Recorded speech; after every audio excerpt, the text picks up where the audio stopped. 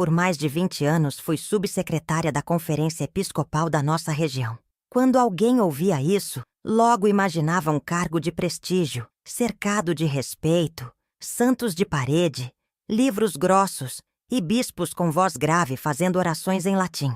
E era isso mesmo, pelo menos na superfície. Lá dentro, nas salas onde ninguém entrava sem ser chamado, existia outro mundo. Um mundo que fui conhecendo aos poucos, sem querer, mas que, uma vez aberto diante dos meus olhos, nunca mais me deixou dormir tranquila. Se você está curioso para saber como tudo isso aconteceu, se inscreve no canal agora e deixa um comentário dizendo de onde você está ouvindo essa história. Eu adoro saber de onde vocês são e prometo que você não vai querer perder o que vem por aí.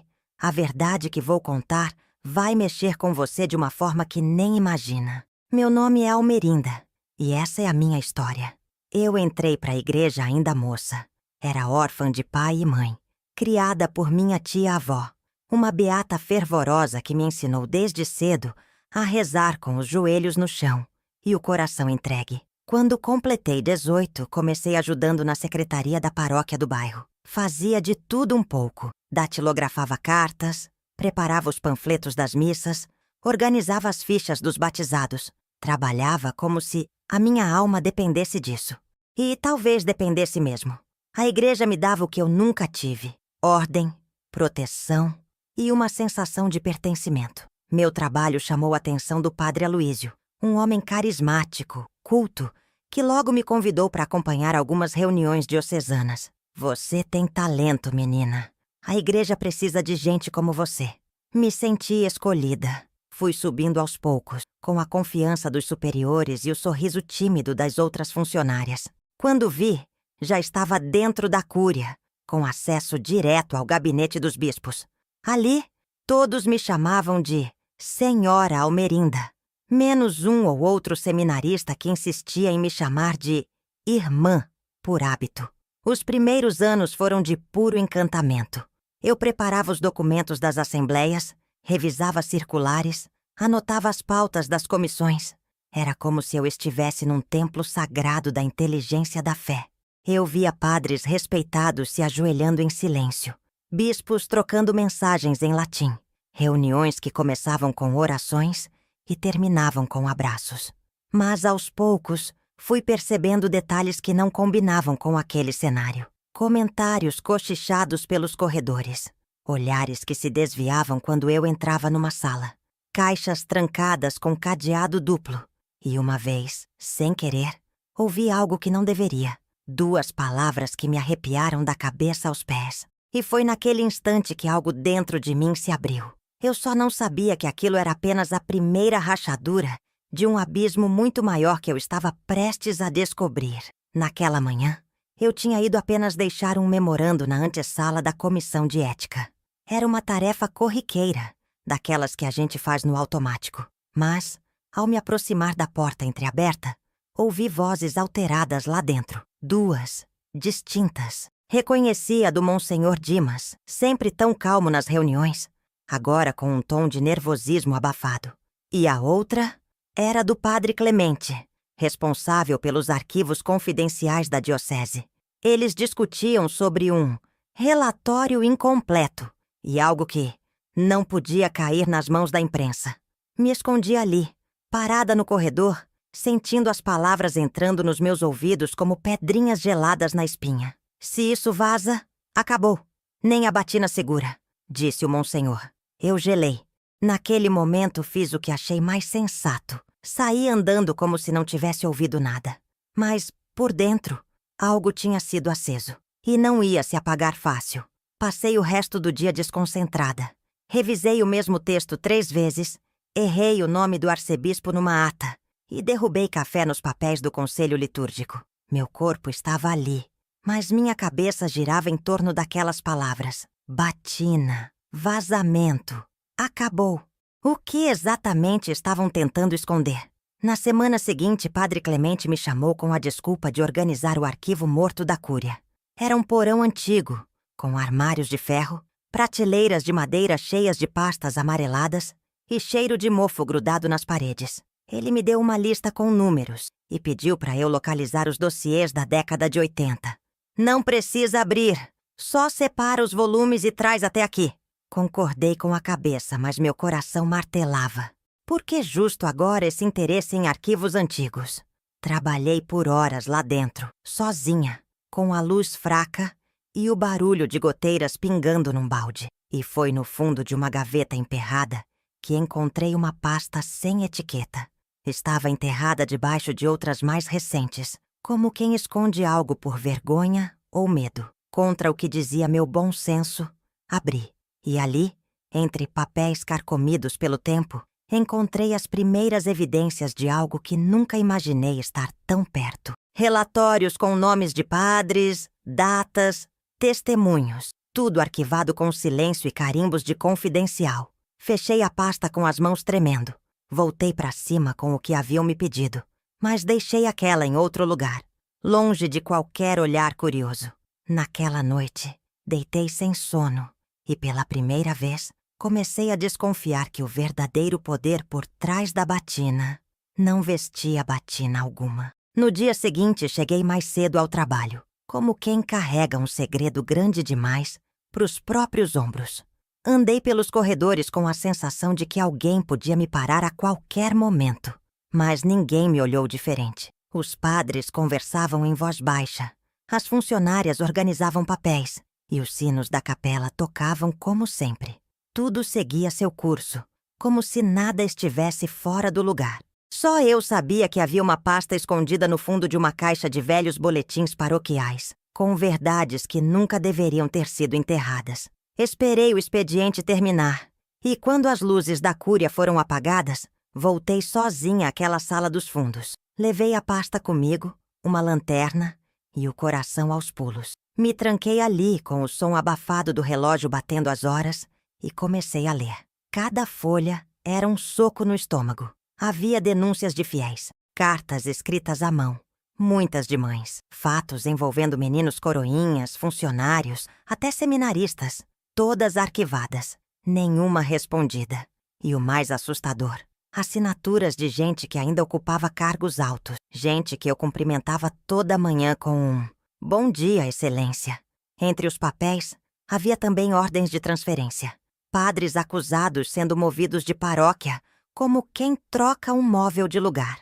Por recomendação interna, dizia um dos documentos. Eu lia e me perguntava quantas famílias sabiam de fato o que tinha acontecido. E o pior, quem mandava apagar tudo daquele jeito? Foi aí que vi um nome que me paralisou. Dom Horácio, um dos bispos mais respeitados do país. A voz dele enchia catedrais. Suas cartas pastorais eram lidas como se fossem profecias. Mas ali estava a assinatura dele, em 2 memorandos que ignoravam denúncias sérias. Tratar com discrição, evitar escândalo. Eram essas as ordens escritas por ele. Fechei a pasta e fiquei ali, no escuro, por minutos que pareceram horas. Como é que eu, justo eu, tinha passado tantos anos do lado dele sem ver? Ou será que eu vi, mas escolhi não enxergar? Naquela noite voltei para casa com a alma inquieta. Não consegui jantar, não consegui rezar. Só andava de um lado para o outro na sala, com a pasta escondida dentro do armário do meu quarto. E foi ali, entre as batidas do meu próprio coração e o silêncio que gritava ao redor, que tomei uma decisão que mudaria tudo. Mas antes de agir, eu precisava de provas. Mais do que palavras soltas. E o que encontrei nos dias seguintes ultrapassava até mesmo meus piores pressentimentos. Durante 3 noites seguidas, voltei à cúria depois do expediente, com a desculpa de organizar o arquivo morto. Ninguém desconfiava. Eu era a Almerinda de sempre, a que chegava antes do primeiro padre e saía depois da última secretária. Sabiam que eu era meticulosa, que adorava silêncio, que confiavam em mim, e eu usei isso para ir mais fundo. Cada gaveta aberta era uma pergunta, cada pasta encontrada, uma ferida. Comecei a cruzar informações, relatórios de comportamento, trocas de paróquia sem explicação, cartas de fiéis que nunca receberam resposta. Em algumas, os nomes estavam apagados com corretivo, mas era fácil perceber que por trás daquele branco havia mais do que tinta escondida.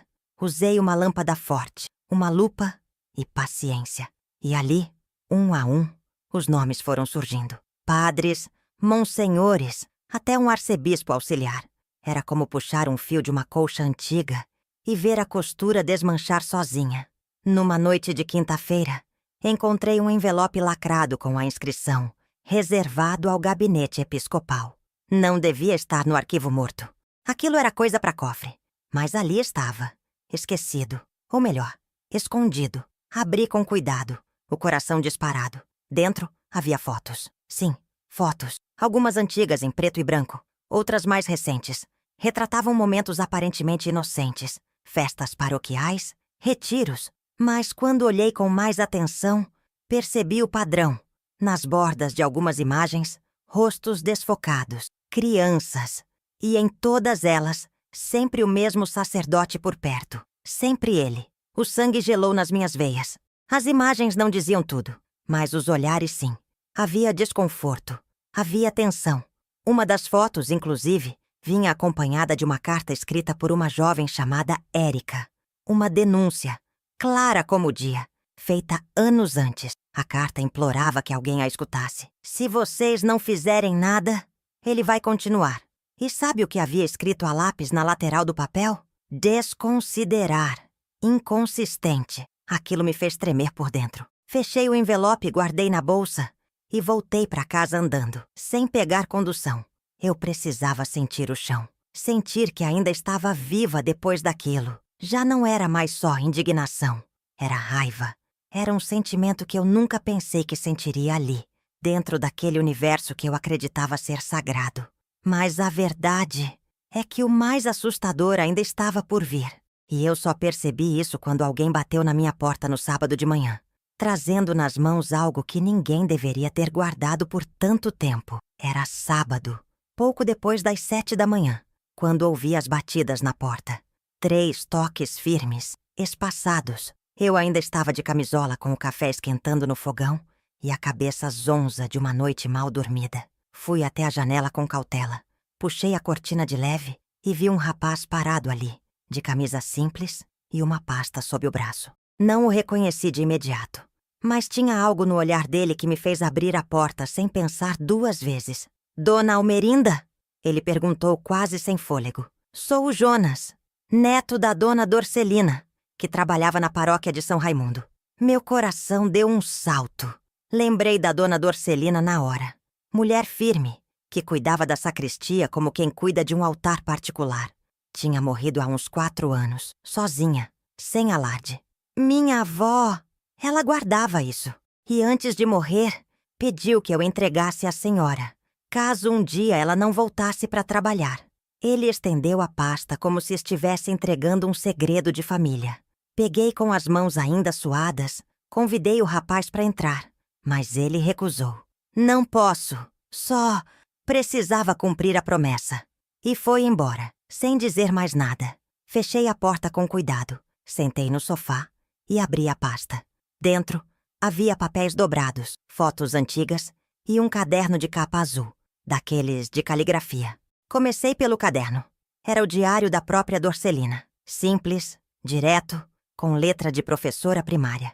E cada página era um testemunho. Ela contava os bastidores da paróquia, os silêncios forçados, os olhares de medo das meninas do coral, os sumiços repentinos de jovens coroinhas.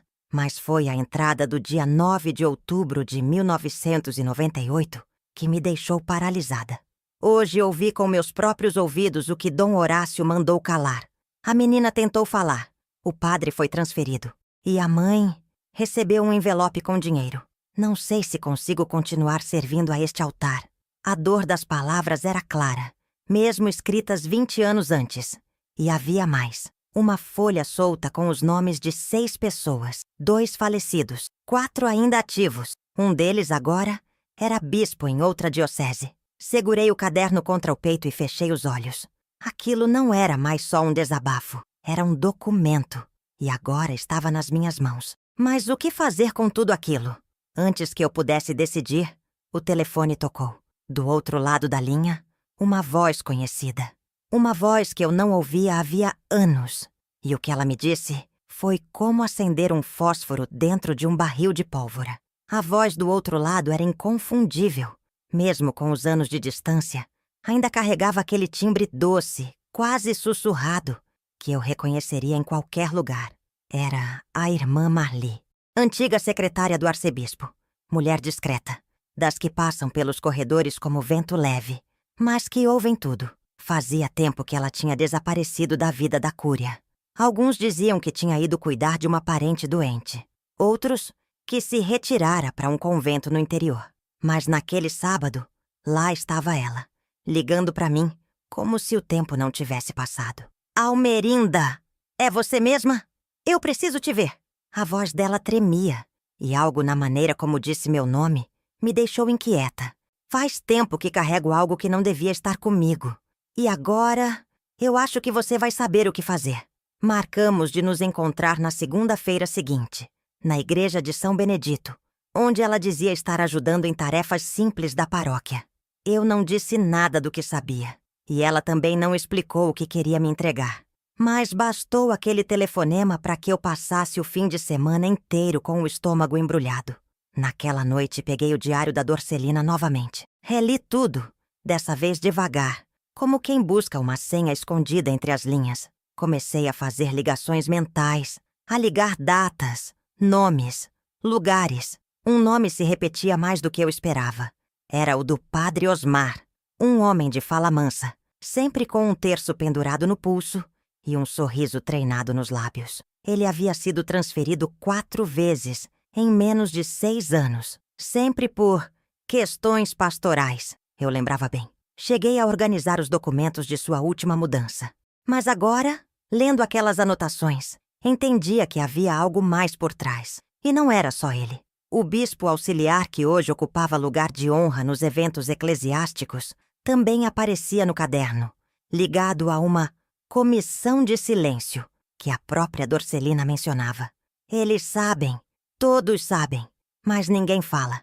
A batina protege, a parede abençoa, e o povo ajoelha e agradece. Fechei o caderno com um arrepio. O que Marli queria me entregar? Por que agora? Por que eu? No domingo fui à missa como sempre, mas não consegui prestar atenção em nada. O padre falava, e minha mente via desfiles de rostos, arquivos, vozes abafadas. E foi no momento da comunhão que notei um olhar me encarando da última fileira da igreja. Um olhar que eu conhecia e que trazia no fundo uma ameaça muda. Na hora meu corpo gelou.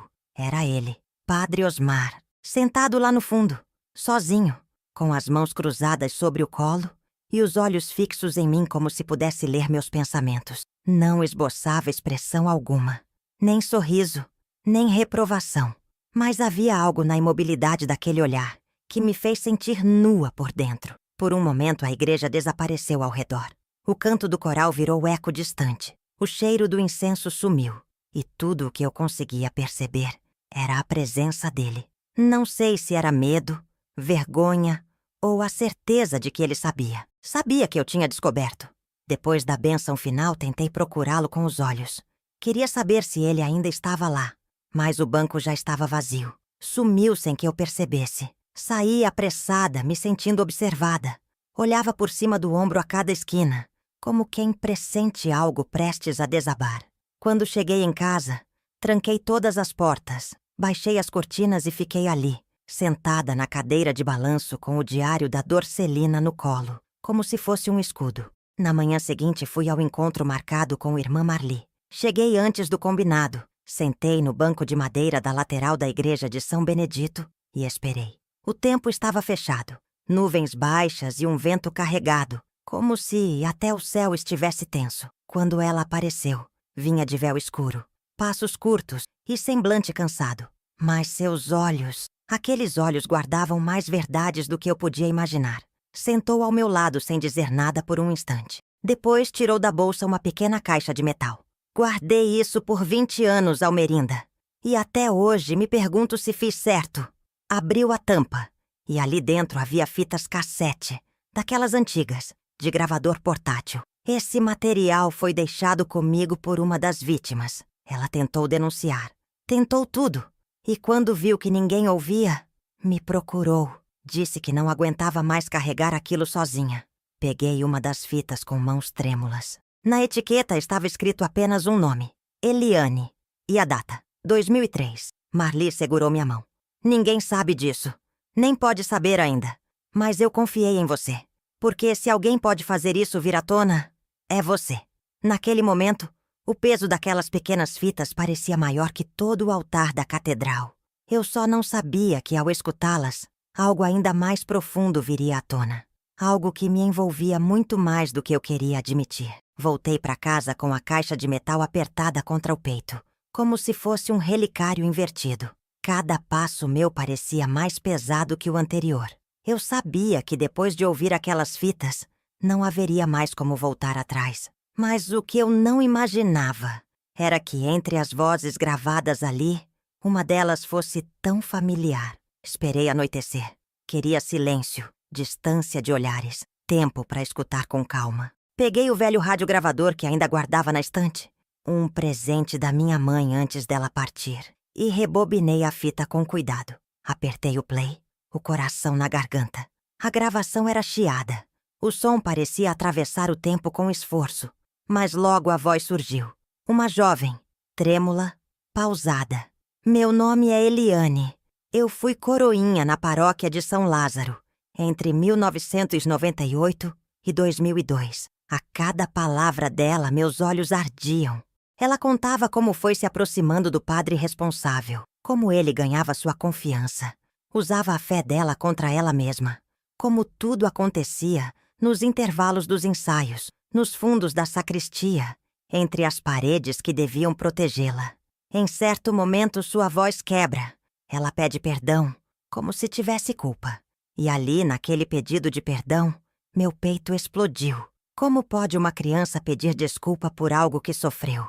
Pausei por um instante, respirei fundo. A segunda fita tinha outra voz, e bastou o primeiro alô para minha espinha gelar. Era eu mais jovem, respondendo uma ligação da secretaria. A gravação era de uma conversa telefônica. Eliane tentando marcar um encontro com Dom Horácio. Eu, do outro lado, dizendo que ele não podia naquele momento, que estava em missão. Eliane insistia, com a voz urgente. E eu prometia passar o recado. Aquilo me quebrou. Eu fiz parte do muro que impediu a dor dela de ser ouvida. A fita seguia com a gravação de Eliane, sozinha, chorando. Ninguém quer ouvir, ninguém acredita em mim. E o que veio depois foi um silêncio profundo. A gravação termina assim, com ausência, com nada. Fiquei parada, sem forças, com as mãos cobrindo o rosto. A fita ainda rodava, girando como o tempo girou em cima de tudo isso. E eu, sentada ali, entendi que não era só uma testemunha.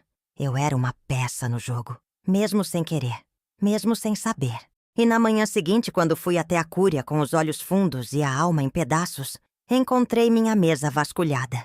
E no centro dela, um envelope pardo, com meu nome escrito à mão e sem remetente. Meus dedos hesitaram ao tocar o envelope. Era grosso, dobrado com cuidado, como se guardasse algo mais valioso do que devia. Olhei ao redor. A secretaria estava vazia. Os corredores da cúria ainda silenciosos.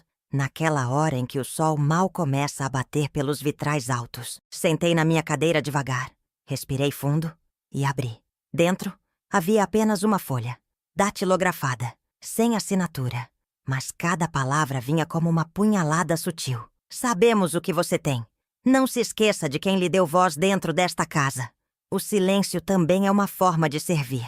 Li e reli, sentindo a nuca formigar. Era uma ameaça, daquelas elegantes, escondidas em tom de conselho. Mas não deixava de ser ameaça. Eles sabiam, de alguma forma, sabiam que eu estava escutando. Que eu tinha em mãos as fitas, o diário, as provas. E pior, que eu estava acordando do encantamento que me cegou por tantos anos. Dobrei a folha com cuidado, coloquei dentro da bolsa junto com tudo o que vinha acumulando e saí. Não bati ponto, não avisei ninguém. Só caminhei até a capela lateral, ajoelhei diante do altar e chorei. Não era uma oração. Era um desabafo, como se aquela mulher que tanto serviu, tanto acreditou, estivesse finalmente reconhecendo que tinha se calado por tempo demais. Fui direto até a casa da irmã Marli. Ela me esperava com um chá de capim-santo e o mesmo olhar calmo de sempre. Eles sabem, eu disse. Ela apenas assentiu, como quem já carregava esse fardo há mais tempo do que admitia. Você vai continuar? Perguntou. Eu não respondi. Só abri a bolsa, tirei o envelope e entreguei nas mãos dela. Marli leu, suspirou e murmurou. Eles sempre fazem isso. O medo é a primeira arma. Naquela noite, tomei uma decisão. Se eu queria mesmo fazer algo, precisava sair da sombra. Mas não podia agir sozinha. Voltei para casa, sentei com papel e caneta e comecei a escrever nomes. Gente em quem eu ainda podia confiar. Gente que tinha passado por coisas parecidas. Porque eu sabia que se existia uma chance de romper esse ciclo, ela teria que nascer da união de vozes que foram caladas por tempo demais. E quando bati o ponto na Cúria no dia seguinte, fingindo normalidade, recebi a visita de alguém que eu jamais esperaria ver ali. Um rosto do passado, que trazia nas mãos uma verdade ainda mais dura do que tudo o que eu tinha lido até então. Ele entrou devagar, com a cabeça baixa e um maço de papéis nas mãos. Eu não o via desde que era apenas um jovem seminarista, tímido, sempre de olhos atentos e passos miúdos pelos corredores da Cúria. Chamava-se Rafael. Hoje, já homem feito, com rugas discretas nos cantos dos olhos e uma sombra de dor no olhar. Estava diferente, mas não irreconhecível. Quando me viu, sorriu fraco, quase como quem pede permissão para existir naquele espaço. Dona Almerinda, a senhora ainda lembra de mim? Lembrei, sim. Lembrei da gentileza no gesto, da forma como ele ajudava os mais velhos e de como sumiu de repente, sem despedida. Diziam que havia desistido da batina. Outros falavam em crise de fé. Mas ninguém explicou muito. E eu nunca perguntei. Ele se sentou à minha frente, abriu a pasta com cuidado e colocou sobre a mesa um punhado de folhas encadernadas. Eu escrevi isso há anos. Nunca tive coragem de mostrar. Mas agora eu soube que a senhora está tentando fazer algo. E acho que chegou a hora. Era um manuscrito. Um testemunho. Rafael contou que, ainda seminarista, ouviu conversas entre padres durante uma viagem da diocese. Disfarçado de sono, escutou piadas carregadas de perversão, trocas de nomes, referências codificadas sobre jovens da catequese. Na época, ele não entendeu tudo, mas entendeu o suficiente para saber que havia algo podre ali. Quando tentou relatar, foi chamado ao gabinete de Dom Horácio. E lá, ouviu a mesma frase que estava no bilhete que eu recebi. O silêncio também é uma forma de servir. Depois disso, foi encaminhado para um mosteiro no interior, com a desculpa de amadurecimento vocacional. Na verdade, era um exílio. Fiquei anos longe, calado, lutando comigo mesmo. E agora, eu não aguento mais guardar isso. Fiquei em silêncio por um momento, folheando aquelas páginas escritas à mão, com lágrimas secas manchando algumas linhas. Eram relatos dolorosos, sinceros, com detalhes que só quem viveu de perto poderia ter anotado. E no final de tudo, uma frase escrita em letras grandes. O altar não pode servir de esconderijo para monstros. Guardei os papéis junto às fitas e ao diário. Meu coração pesava, mas não vacilava mais. E naquela mesma tarde, recebi uma ligação que confirmou o que eu já desconfiava. Alguém de dentro estava disposto a me derrubar. Mesmo que para isso precisasse forjar algo que poderia me fazer perder tudo. O telefone tocou no fim da tarde quando eu já me preparava para ir embora. Atendi sem muita atenção, achando que era mais uma das paróquias pedindo algum formulário ou confirmação de evento. Mas bastou ouvir a voz do outro lado da linha para minha coluna se arrepiar. Era o Sr. Vicente, contador da arquidiocese. Um homem reservado, meticuloso, que raramente falava comigo. E quando falava, era sempre direto, quase seco. Almerinda, você precisa vir aqui. Agora. A urgência no tom dele era diferente de tudo que eu já tinha escutado. Fui sem pensar, quase deixando a bolsa sobre a mesa. O gabinete financeiro ficava numa ala pouco visitada da Cúria, onde os passos ecoavam e os crucifixos pareciam nos observar. Quando cheguei, Vicente trancou a porta, baixou as persianas e colocou sobre a mesa uma pasta vermelha. Outra, Chegou isso pra mim hoje cedo. Veio com assinatura sua. Mas eu sabia que não era. Abri devagar. Lá dentro, cópias de comprovantes bancários, transferências para contas de pessoas ligadas ao grupo de denúncias. O valor não era absurdo, mas o suficiente para parecer um suborno. E no canto da folha, em carimbo falso, meu nome, minha assinatura, falsificada. Travei. Fiquei ali, olhando aquilo como quem olha para a própria cova sendo cavada diante dos pés. Se eu não conhecesse sua caligrafia, Almerinda, e se eu não soubesse do que você tem feito, talvez acreditasse. Vicente se sentou, tirou os óculos e respirou fundo. Eles estão tentando se proteger e você tá no caminho. A pergunta é, até onde você vai aguentar? Naquele momento minha cabeça girava. Se aquele dossiê caísse nas mãos erradas, eu podia ser afastada, desacreditada, talvez até processada. Todo o trabalho que eu vinha juntando poderia virar poeira. Mas ali, naquela sala, algo também ficou claro. Se estavam dispostos a inventar mentiras sobre mim, é porque eu já não era apenas uma mulher vasculhando papéis. Eu era uma ameaça. Vicente me entregou um pendrive. Tá tudo digitalizado aqui. Guarda. E escolha bem com quem vai dividir. Agradeci com um aceno, sem conseguir dizer nada. Saí da sala sentindo o peso de cada passo. Quando cheguei em casa, a caixa de documentos parecia pulsar no armário. E foi nessa mesma noite, enquanto tentava dormir sem sucesso, que ouvi um barulho na porta dos fundos. Um estalo seco. Alguém tinha estado ali e deixado um aviso mais direto que qualquer bilhete. Era pouco mais de 2 da manhã quando ouvi o estalo. Sabe aquele som seco que não parece nada, mas também não parece certo? Levantei da cama num salto, com o coração batendo no ouvido. Fui até a porta dos fundos em silêncio, como quem pisa dentro do próprio medo. A maçaneta estava levemente girada. E, ali embaixo, no chão de cerâmica fria, havia um papel dobrado em 4, preso com uma pedrinha. Como nas antigas brincadeiras de infância, só que agora, o que brincava comigo era o terror. Peguei o papel com mãos trêmulas. A letra era a mesma do primeiro bilhete. Aquela caligrafia estudada, de quem sabe escrever bonito mesmo quando escreve o feio. O que começa em silêncio pode terminar em solidão.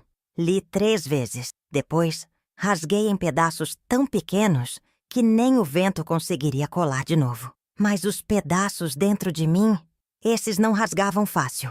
Voltei para a cama sem dormir. Fiquei olhando o teto como quem espera o dia clarear para respirar de novo. E quando o sol finalmente atravessou a cortina fina, me levantei decidida. A partir dali, não bastava guardar provas. Eu precisava agir. Só não sabia exatamente por onde começar. Fui atrás de pessoas que eu sabia que haviam desaparecido do convívio eclesial sem explicação. Comecei por um ex-coroinha que na época tinha apenas 15 anos e hoje era um homem feito, morando em outra cidade. O nome dele era Lucas. Demorei 3 dias até encontrá-lo pelas redes sociais. Quando finalmente consegui falar com ele, ouvi a mesma pausa longa de quem já não quer mais tocar na ferida. "Por que agora, dona Almerinda?" ele perguntou. E eu só consegui dizer: "Por que agora? Eu estou ouvindo." Ele me deu um endereço. Marcamos de nos ver numa lanchonete longe de tudo, no meio da estrada. E quando o reencontrei, não era mais o menino tímido da sacristia. Era um homem com olhos cansados e uma caixa de sapato nas mãos. Eu guardei isso. Não sei por quê. Achei que nunca fosse servir para nada.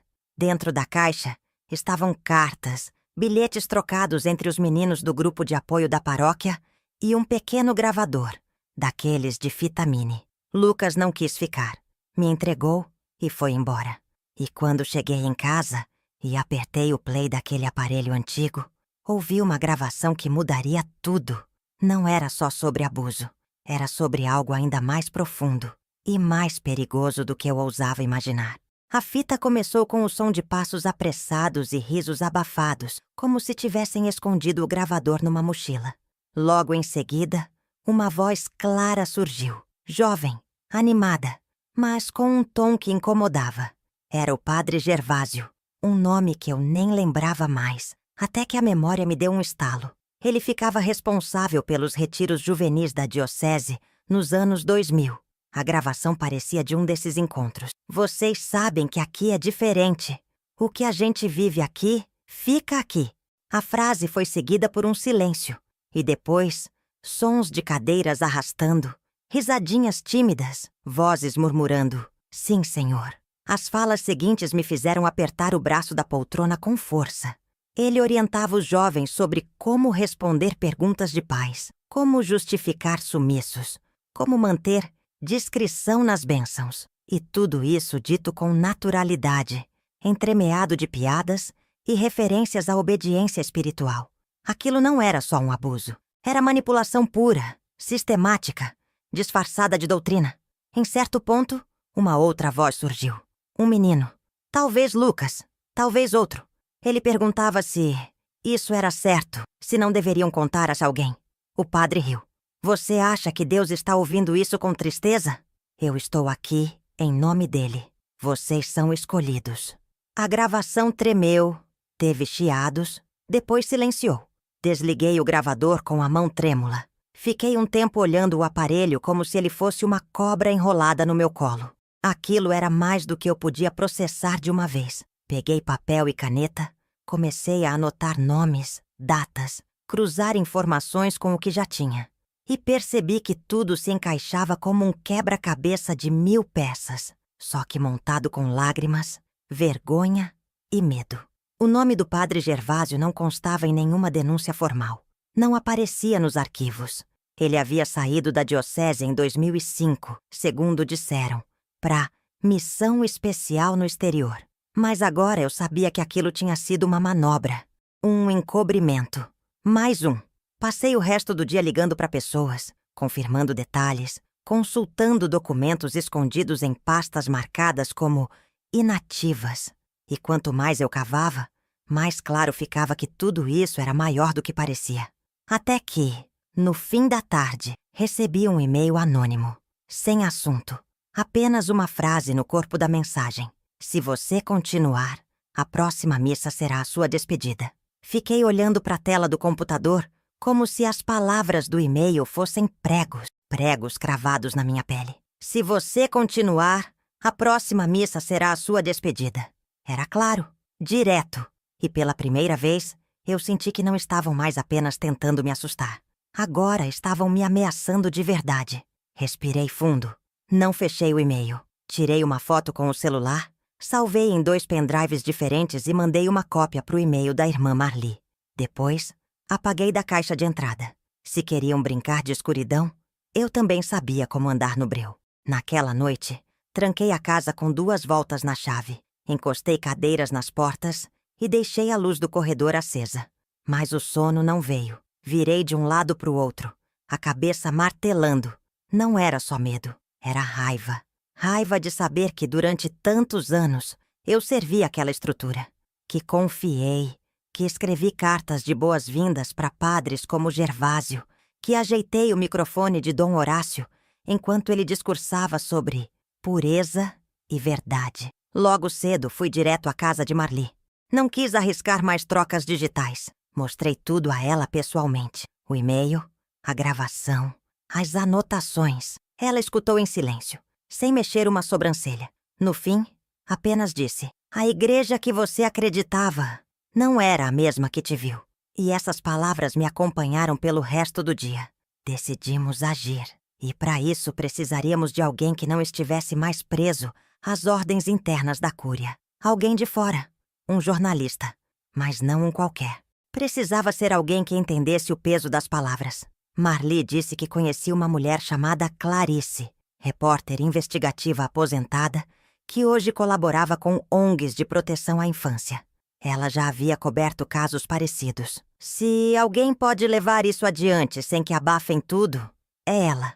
Peguei o número, liguei. Clarice atendeu com voz firme. Marcamos um encontro discreto no dia seguinte, num café escondido no centro velho da cidade. Levei comigo apenas uma cópia de parte do material. Era arriscado, mas necessário. Na saída da casa de Marli, notei um carro estacionado na esquina. Vidros escuros, parado demais. O mesmo modelo que já vi perto da cúria dias antes. Ignorei o arrepio na espinha. Caminhei firme, sem olhar para trás. No dia seguinte, no tal café, Clarice me esperava com um gravador e olhos de quem já tinha visto o inferno por dentro. Mas o que ela ouviu naquele encontro fez até ela empalidecer. E então, ela revelou algo que nem eu estava pronta para escutar. Clarice me ouviu em silêncio. Gravador ligado, dedos entrelaçados sobre a mesa, olhos fixos nos meus. Contei tudo. As fitas, os bilhetes, o diário da Dorcelina, os arquivos do Vicente, a visita do Rafael, a ameaça no e-mail. Cada ponto. Ela não interrompeu. Apenas fazia anotações em um caderno pequeno de capa preta, daqueles de repórter de antigamente. Quando terminei, ela fechou o caderno devagar, desligou o gravador e disse: "O que você encontrou é grave, muito grave, mas não é inédito. E é por isso que vão te fazer parecer louca." Fiquei calada, absorvendo aquelas palavras. Ela puxou da bolsa um envelope branco. "Antes de vir te encontrar, fui revisar um material antigo. Algo que arquivei faz anos, porque ninguém quis publicar." Abriu o envelope e me mostrou cópias de denúncias datadas de 1997, assinadas por 2 jovens da época. E ali, em letras miúdas, o nome dele: Padre Gervásio, o mesmo. A denúncia nunca foi adiante. A editora engavetou o caso. Poucos meses depois, Clarice foi afastada do jornal. Disseram que minha abordagem era tendenciosa demais. Depois disso, ele sumiu e reapareceu como missionário em Angola. Ela olhou para mim com uma firmeza que doía. "Você não tá apenas enfrentando indivíduos, Almerinda. Tá cutucando um sistema. E sistemas não pedem desculpas. Eles se defendem." Ficamos ali por mais 1 hora traçando um plano. Clarice sugeriu reunir o material, catalogar por ordem cronológica e montar uma linha do tempo clara. Mas antes de publicar, ela queria mais. "Eu preciso de uma testemunha disposta a falar, com o rosto, com o nome. Sem isso vão alegar montagem, vingança, invenção." Meu estômago revirou, porque naquele instante, mesmo sem ela dizer, eu sabia quem seria essa pessoa. Sabia que se ninguém aceitasse, seria eu. Na saída do café, ela me entregou um cartão com seu contato pessoal e me pediu que tomasse cuidado. "Se notar algo estranho, me avisa. Tem gente que monitora até o silêncio." Voltei para casa, olhando cada carro estacionado, cada sombra, cada passo atrás de mim. E foi quando entrei em casa, trancando a porta com as mãos trêmulas, que encontrei a caixa sobre a mesa da sala. Não estava ali antes. Não havia bilhete. Mas dentro havia algo que me tirou o ar. Porque aquilo não era só uma ameaça. Era uma lembrança que só alguém muito próximo poderia ter colocado ali. A caixa era pequena, de papelão simples, mas pesada de um jeito estranho. Me aproximei devagar, como se ela pudesse explodir a qualquer segundo. O lacre estava cortado com precisão. Nenhum bilhete, nenhum nome. Só ela ali, solta, no centro da mesa da sala. Abri com as mãos suadas, o coração martelando como um sino desgovernado. Por cima, um véu branco dobrado. Reconheci na hora. Era meu. Um véu antigo que usei na minha primeira peregrinação, 30 anos atrás. Guardei com carinho numa caixa no fundo do armário. E que só eu sabia onde estava. Debaixo dele, uma fotografia amarelada. Eu e minha mãe, sorrindo na frente da igreja onde fui batizada. Uma das únicas fotos que tinha dela. Aquilo me gelou a espinha. Como? Quem teria mexido nas minhas coisas sem deixar sinal? Mas o pior estava por vir. Sob a foto havia um terço quebrado. Também meu. Era de vidro azul. Presente de um seminarista que admirava muito minha devoção na juventude. Guardei com tanto zelo que nunca sequer mostrei a ninguém. O terço estava partido em 2, com o crucifixo arrancado. Um símbolo. Uma mensagem clara. Queriam me calar. Não só com medo, mas mexendo no que eu tinha de mais sagrado. Minhas raízes. Sentei no sofá sem forças. As pernas bambas. O peito apertado. O que mais sabiam de mim? Até onde estavam dispostos a ir? O que ainda poderiam usar? Respirei fundo. Recolhi tudo com cuidado. Guardei a caixa em uma sacola e fui direto para a casa de Marli. Ao chegar, encontrei-a ajoelhada, em oração. Esperei ela terminar. Quando mostrei o conteúdo, ela empalideceu. Isso é pessoal demais. Isso não vem da cúpula, Almerinda. Isso vem de alguém perto, muito perto. Aquelas palavras ficaram rodando na minha cabeça pelo resto da noite. Fui para casa, revirei lembranças, desconfiei até do silêncio. E como quem se prepara para algo inevitável, comecei a organizar todo o material que tinha acumulado ao longo das semanas. Digitalizei cada foto, cada carta, cada gravação. Criei cópias de tudo em mais 3 pendrives. Um ficou comigo, outro com Marli. E o terceiro, eu escondi num lugar onde ninguém jamais pensaria em procurar. Na manhã seguinte, recebi um envelope timbrado da própria Cúria. Convocação oficial para uma reunião extraordinária com o Conselho Episcopal. Sem pauta, sem explicação. Apenas uma data e hora. E naquele instante, eu soube. Ou me calariam, ou me forçariam a falar diante deles. Naquela terça-feira, o céu amanheceu encoberto, pesado, como se até ele pressentisse o que me aguardava.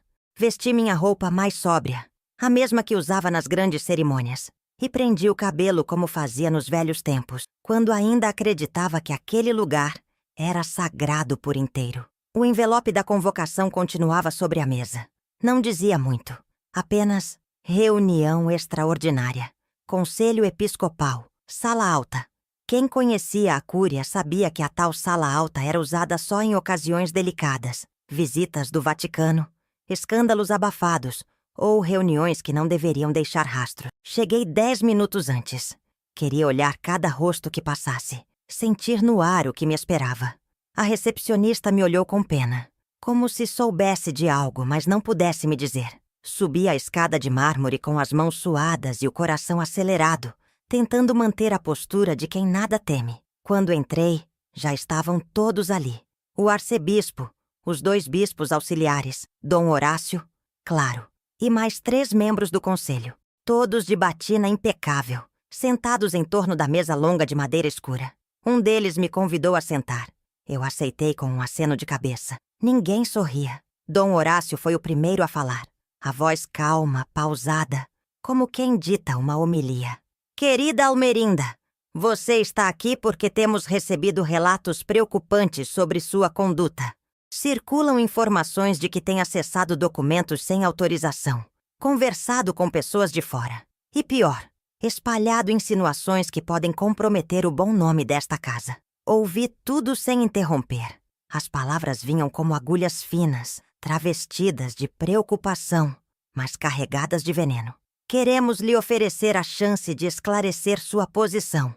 E, quem sabe, reconsiderar seu lugar entre nós. A frase pairou no ar. Não era um convite. Era um ultimato. Por dentro, meu estômago revirava. Mas, por fora, eu me mantive firme. Tirei da bolsa uma cópia encadernada de tudo o que tinha reunido até ali. Coloquei sobre a mesa com delicadeza. Se é para falar de conduta, então que seja com clareza. Os olhos deles se arregalaram. Nenhum esperava aquilo. E antes que pudessem reagir, complementei. Não estou aqui para destruir. Estou aqui para impedir que o silêncio continue sendo cúmplice.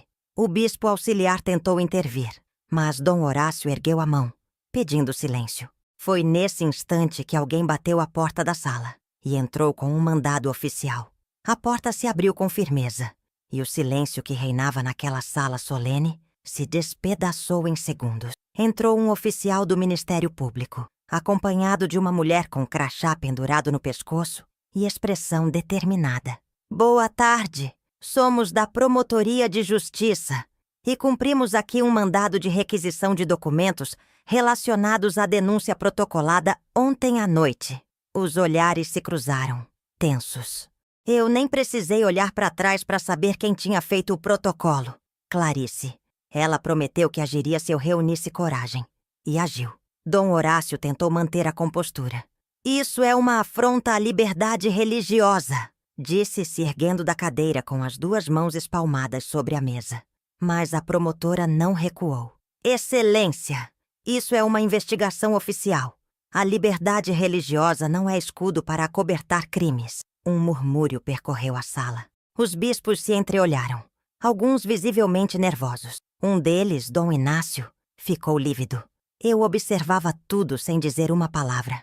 Não precisava. Aquela era a hora em que as paredes finalmente começavam a falar. Os agentes começaram a recolher pastas, abrir arquivos digitais com auxílio de um técnico que trouxeram consigo. Um armário trancado foi solicitado. O secretário relutou, mas entregou a chave. A promotora olhou para mim por um segundo, e naquele olhar havia uma pontinha de gratidão. Eu retribuí com um aceno discreto. Dom Horácio ainda tentou argumentar, desta vez num tom mais brando. Estamos dispostos a colaborar. Só pedimos que tudo seja conduzido com discrição. Mas era tarde. A máquina da justiça tinha começado a girar. Quando os agentes se retiraram, a sala ficou mergulhada num silêncio espesso. Um silêncio que pesava mais que 1000 palavras. Eu me levantei devagar. Peguei a minha cópia encadernada da mesa e disse apenas: agora todos sabem. E se não sabiam, saberão. Antes de sair, ouvi uma voz baixa atrás de mim. Você não vai sair impune disso, Almerinda. Eu não virei o rosto. Apenas caminhei até a porta com a dignidade de quem carregava muito mais do que documentos. Carregava nomes, vozes, verdades. Na calçada da Cúria, Clarice me esperava dentro de um carro discreto. Quando entrei, ela virou-se para mim e disse: você pode não saber, mas uma das vítimas está pronta para falar e vai falar em público. E foi nesse momento que eu soube. O dia do silêncio.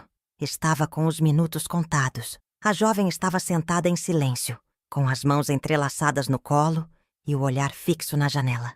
Era noite, e as luzes da cidade refletiam nos olhos dela como pequenos faróis de coragem. O nome dela era Eliane. Sim, a mesma da fita. A mesma que, anos atrás, tentou pedir ajuda e encontrou apenas portas fechadas. Agora, adulta, decidida, pronta. Clarice me levou até ela sem me dar muitos detalhes. Apenas ouve, disse. Quando Eliane me viu, levantou devagar, como se estivesse vendo um fantasma. Ficamos ali, nos encarando por alguns segundos, até que ela sussurrou: a senhora me atendeu ao telefone.